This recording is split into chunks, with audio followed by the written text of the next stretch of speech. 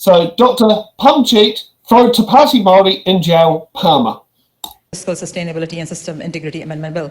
Mr. Speaker, the previous speaker, I think when he read that statement on the first page of the bill, completely forgot that the statement also says that it is to take into consideration the interest of people, those who are already here in New Zealand. So yes, of course, this bill is to provide that balance, and that balance is needed when we look into our immigration system, that it is fair and just for people, those who are looking to be here in our country, whether it is for just visiting, for studying, or wanting to make New Zealand their home. But then it has to be fair for people, those who are already in our country as well. And these two things which this bill addresses, fiscal sustainability and enhancing integrity by making several changes that the Minister has already talked about, are really important, because in this kind of very complex global landscape that we live in, immigration systems are really important. It is not only about looking at one side for people, those who are coming into our country, but also to ensure that the interest of people, those who are already here in our country, are calling New Zealand home, we are able to be fair to them as well. So, Mr. Speaker, in this bill, yes, fiscal sustainability is important, and this provision which will be in the bill, as the Minister said, is not going to be implemented straight away, but this will be there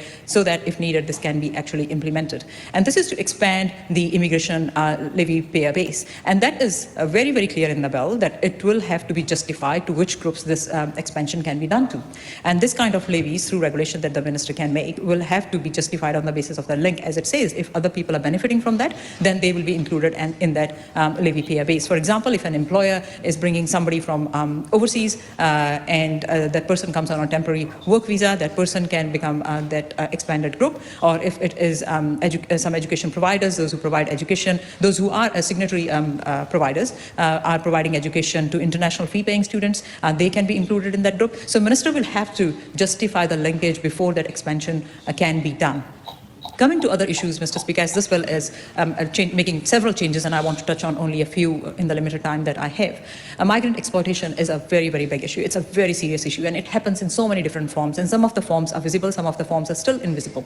And we become aware of these different forms of migrant exploitation only when somebody comes forward. So I really want to commend each and every individual who has come forward and shared their stories of migrant exploitation. And it's because of those stories we are able to make the changes we are making through this legislation. Just, Mr. Speaker, 2 years ago or so, we were seeing so many stories of people coming to New Zealand, packed in a small house, like 10, 15 people packed in a house. They landed here in New Zealand, and straight away they were told that they don't have any employment. So it wasn't that they had a dodgy employer, but the employer actually didn't exist, the employment didn't exist. And many of these people shared the stories that they paid money to get this employment here in New Zealand, which actually doesn't exist. So this kind of situation, Mr. Speaker, we know it is a migrant exploitation, but now what this bill does is it takes care of people, those who are doing this kind of activity offshore for New Zealand-based employment offers, and it also takes care of anything that is any kind of premium that is charged before the employment commences. And these changes will ensure that people understand that we are taking it very, very seriously. This is going to be introduced as a new offence through this legislation. Mr. Speaker, we also know that sometimes when the applications are processed, people come into our country and we believe them that they are going to be the kind of citizens or the residents we want in New Zealand. But sometimes we may find later on that these people are actually risks to the security of our country, and actions needs to be taken. And if these individuals have residence class visa, then the Minister having the ability to revoke the residence class visa actually is going to be a really good message, a strong message to such individuals if they decide to take up activities which pose risk to our country.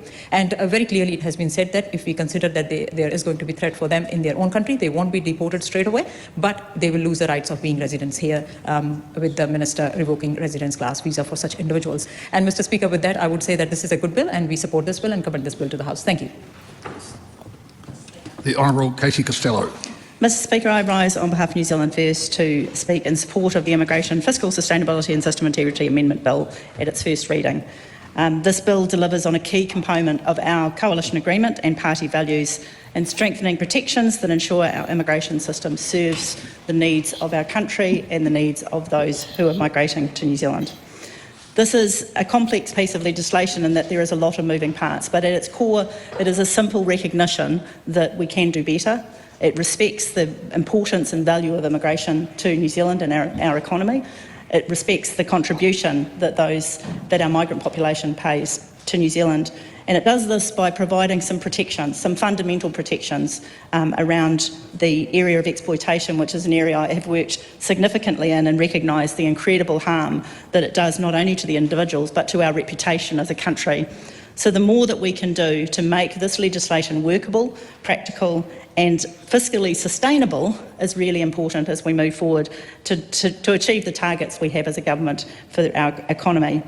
The bill creates a number of changes and arrangements, but I would applaud, most importantly, the priority that has given to Victoria Casey KC and Michael Heron KC's recommendations. These have taken some time to be fully addressed and worked through, and I think the bill does an enormous service to ensure that those key recommendations are addressed through this piece of legislation. I'd also recognise the tidying up around the mass arrival definition, and there has been some debate previously around mass arrivals in this House, and I think it's important to recognise that having a robust definition as well as a process for managing mass arrivals is actually about protection again. It's about protection for those that are vulnerable. It allows us an opportunity to provide some support, some services, and to ensure that no matter how you arrive, which is what this is trying to address, whether it is on illegal means or whether it's through commercial services, that we have the ability to manage those arrivals and do it efficiently and effectively. The bill, as has been mentioned, also provides the ability to cancel resident visas for security risks. And again, this is about the credibility of our immigration system to ensure that New Zealanders can have good faith in our immigration system, and that when there is security risks, when there is vulnerabilities created, in order to protect the reputation of those enormous number of immigrants that have now calling New Zealand home, that we aren't allowing their place in our society to be in any way discredited because we have migrants that we are unable to manage when security risks occur. So I think there is a lot of moving parts in this legislation. It will be an important piece of work for the Education and Workforce Committee to work through. I think there is an enormous benefit to us as a country to have these legislative changes that makes sure that our future in immigration is supported by really good, robust legislation, that we have the ability to manage any risks that arise in this space, but also we have the ability in balancing that to ensure that we have all the protections in place for those who may be victimised through the very immigration system that we have introduced into this country. So I have no hesitation at all on behalf of New Zealand First to commend this legislation to the House. Thank you. Speeches, not exactly surprised how that went. It was very on par with both ACT and New Zealand First. You go ahead, Frankie. You go.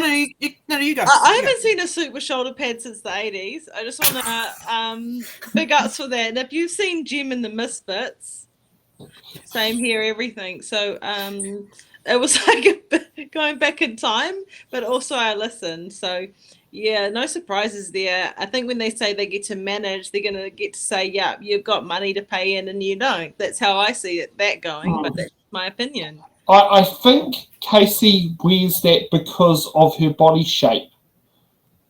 The shoulder.